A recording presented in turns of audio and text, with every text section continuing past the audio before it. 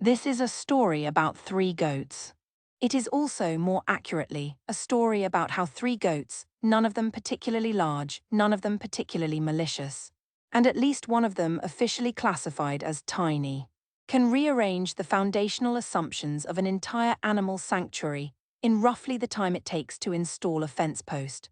This is the story of why there are no goats at Soft Landing Animal Sanctuary. There were once three. Abby, the tiny ones. Charlie, the bold ones. Grace, the shy one. These descriptions were technically accurate and emotionally insufficient, in the way that describing a hurricane as windy is technically accurate and emotionally insufficient. They were not ours, they belonged to a friend of Ma Human's who was in the middle of rebuilding her fencing. Fencing which had presumably also failed, in ways the friend elected not to describe over the phone. She needed somewhere to keep them while the rebuild happened. Ma Human, being Ma Human, said yes. Pa Human, being Pa Human, also said yes, but with the air of a man who had been given a very small piece of information and was about to receive the rest of it in installments, mostly through the windshield of his truck. This is, broadly, what happened. There is a piece of folk wisdom you should know. It goes like this. If water can get through a fence, so can a goat. Pa Human was told this. He was told it clearly, plainly, and in advance. He did not believe it. This is not, in fairness, an unreasonable position. He had spent years systematically reinforcing our fencing against a steer named Ralphie, an animal who had elevated escape from a hobby to a vocation. The fencing held sheep, it held pot-bellied pigs, it held Ralphie on most days. The fencing was, by every reasonable measure of the word, a fence. 3 goats, he reasoned, should not be a problem. This was the moment at which the universe, sensing an opportunity, leaned in. A goat will climb anything, at any angle, on any surface. This is not a trait. It is a fundamental property, the same way mass is a property of objects or sarcasm is a property of teenagers. A goat does not eat everything. This is one of the great public relations achievements of the goat. They have preferences, refined ones, and at no point on the menu is whatever was put out for the goats this morning. Whatever they wanted was elsewhere. It was, almost without exception, over there.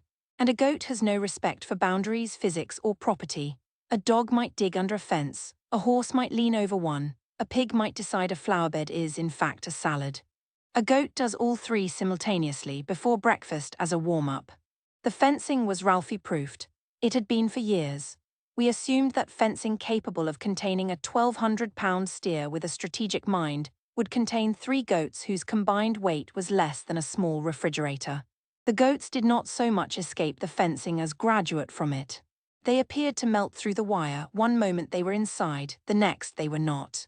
There was no visible transition, no audible event, no obvious breach. They simply existed on the wrong side of the fence, looking at you with the mild disappointment of someone who has been waiting for service. What followed was a sustained cataloguing of locations a goat is not supposed to be. They were in the neighbor's yard.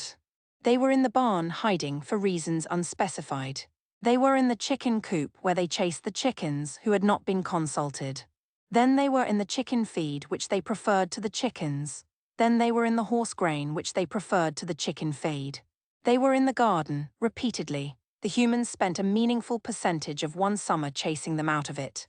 They ate the insulation off the wiring of the air conditioning unit, not the wires, the insulation. They left the wires bare in the manner of a person filleting a fish with apparent technique. And with admirable regularity, they were on the front porch at 5 o'clock in the morning, waiting for the humans to wake up. Goats do not knock, they do not have to. The sound of 3 goats standing on a wooden porch at dawn is, structurally, its own announcement. One afternoon, Pa Human looked up and saw Charlie. Charlie, the bold one, standing on all 4 feet, perfectly balanced, on top of a single 6-inch diameter wooden fence post, 5 feet off the ground. 3 questions arose immediately. How did he get up there? What was he looking for? How long had he been there? None of these had answers. Charlie offered none. The post offered none. Pa Human looked at Charlie. Charlie looked at Pa Human. After a long, contemplative pause, Pa Human shook his head, turned around and walked into the house. This is the moment, we now believe, at which the no-goats policy began to draft itself in the air above the property. It did not stop at fence posts. Pa Human, being Pa Human, had not built a shed for the sheep and pigs. He had built a house. 8 feet by 10, 4-foot porch, 8 feet tall, pitched metal roof.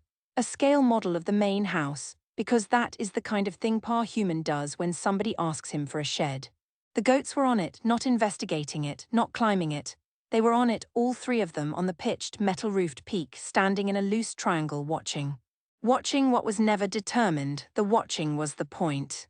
There was also the matter of the convertible. Daughter Human owned a beautiful 2-seat convertible, soft top, parked briefly and innocently in the driveway. A soft-top convertible, it turns out, is, from the perspective of a goat, a trampoline with a car attached. The goats derived this independently through experimentation, and they tested it thoroughly. The paint was scratched, the rear window was broken out, the soft top was torn off. The car is now, technically, more of a convertible than the manufacturer ever intended. And there is, of course, the matter of wrangling. If you have never tried to wrangle a goat back into a pen, the experience is approximately as follows. You decide calmly that you are going to move the goat from point A to point B. The goat decides calmly that you are not, the goat is correct. The humans, separately and together, attempted this maneuver many times. The success rate is best described as not zero. By this point, the humans had entered what we will charitably call a procurement phase. They tried hot wire. The goats received it as feedback, not as a deterrent. They tried barbed wire. The goats regarded it as an unnecessary garnish. They tried cattle panels. The goats went over the top. They tried hog panels. The goats found this hilarious. They tried chain link. Chain link to a goat is a ladder. Total fencing material acquired. Extensive total budget expended. Best not discussed total goats contained. 0. Ma Human picked up the phone. Ma Human, and you need to understand here the gravity of this, is the most animal-loving person on the planet. She has welcomed, among others, a 3-legged boxer left for dead at a vet's office, a Great Pyrenees who survived a case of soda dropped on her head as a newborn, a sheep raised in the house in diapers, a pig from a drug house, a 30-year-old donkey from a kill lot already pregnant, a cat thrown from a moving car at a dog show. The current roster of permanent residents stands at 52, none of them were easy. Ma Human called her friend. She politely, and the politeness under the circumstances was its own small act of heroism, politely asked her friend to please come retrieve her goats, as soon as could be arranged, because we could no longer afford to goat sit. This was true in every available sense of the word, financially, structurally, vehicularly, architecturally, psychologically, and in particular. Roof-related. The friend came. If you had been standing at the end of the driveway the day the goats left, you would have seen the following. You would have seen the friend's truck and trailer pull slowly out onto the road, 3 goats inside, none of them looking particularly sorry. You would have seen Ma and Pa Human standing side by side at the head of the driveway, waving.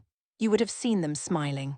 And if you had looked closely, and you would not have had to look very closely, you would have seen the look behind the smile. The look behind the smile was total relief. The look of 2 people watching a slow-motion natural disaster recede over the horizon. The look of a roof that has just remembered it is a roof. There was no parade. There were, however, repairs. From that day forward, a new law was inscribed into the founding principles of the sanctuary. Not in stone, the goats would have eaten the stone, but somewhere safer, possibly in laminated form. Possibly in Ma Human's expression whenever the subject comes up. The sanctuary currently holds 52 permanent residents, steers, horses, donkeys, sheep, pigs, dogs, cats, 25 chickens, and an honorary opossum named Beetlejuice. There is room in Ma Human's enormous and indiscriminate heart for every creature this difficult world produces, including, it should be noted, goats. There is, in fact, plenty of room in her heart for goats. There is simply no room for them on the farm. Not Abby, not Charlie, not Grace, not their cousins, not their friends. Not hypothetically an exceptionally well-behaved goat who promises to be different. This is not an oversight, this is policy. If you've enjoyed this story, please consider supporting the 52 animals who are welcome at Soft Landing Animal Sanctuary. The 3-legged boxer, the sheep in diapers, the pig from the drug house, the donkey from the kill lot, and 48 other creatures who, between them, have caused approximately 1/10 the property damage of 3 goats over a long weekend. The link to donate is in the description. Every dollar goes to feed, vet care, and fencing, which we maintain these days against animals that have the decency to stay on the correct side of it. Soft landing animal sanctuary, where the residents are forever and the goats are theoretical.